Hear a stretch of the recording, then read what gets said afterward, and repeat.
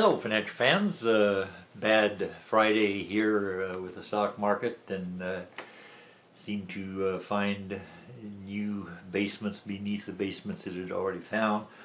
But looking at the indexes, beginning with DIA, the Diamonds Dow Industrial Average, year to date, things have changed since last week. Year to date, DIA is down 2.25% thus far, but of course it has a long year ahead of it, and there should be some good news coming sometime, I think.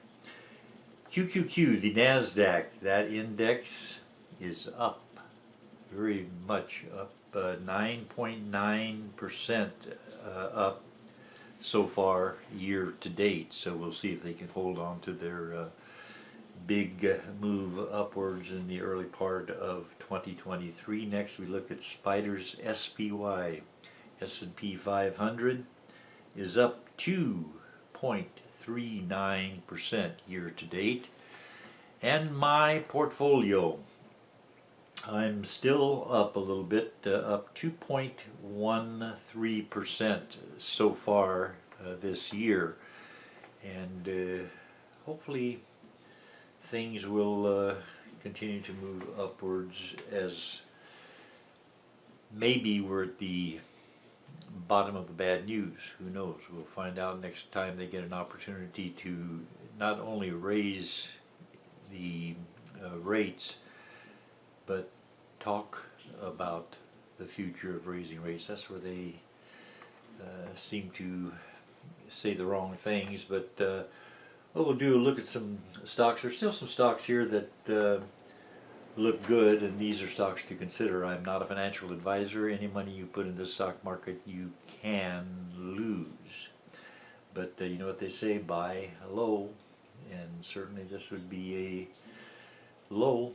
And so we'll see what happens with these stocks. We'll begin by looking at Pfizer, PFE, pharmaceutical, the symbol PFE.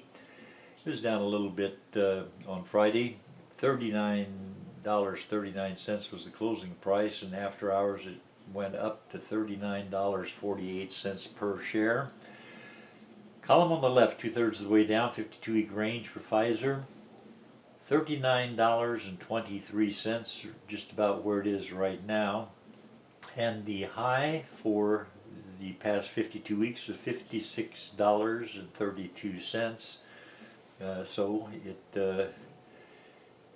has the possibility of getting back up there one of these days and test out the headroom again. But look at the PE ratio, 7.2. I like a PE ratio under 10.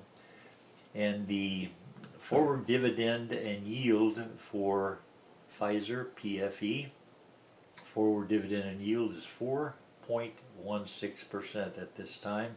And the one-year target estimate, $52.06. Next we look at Sanofi, symbol SNY.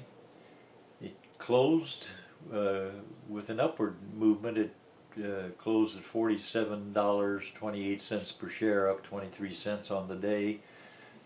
And after hours it continued to move upwards, and moved upward more after hours than it did at closing time. $47.64 per share, the current price for one share of SNY. 52-week range, $36.91 was the low, and $58.10 was the high, so it's nestled in there in the middle of that 52-week range. Average volume, about 2 million shares trade every day, and this stock is considered to be near fair value.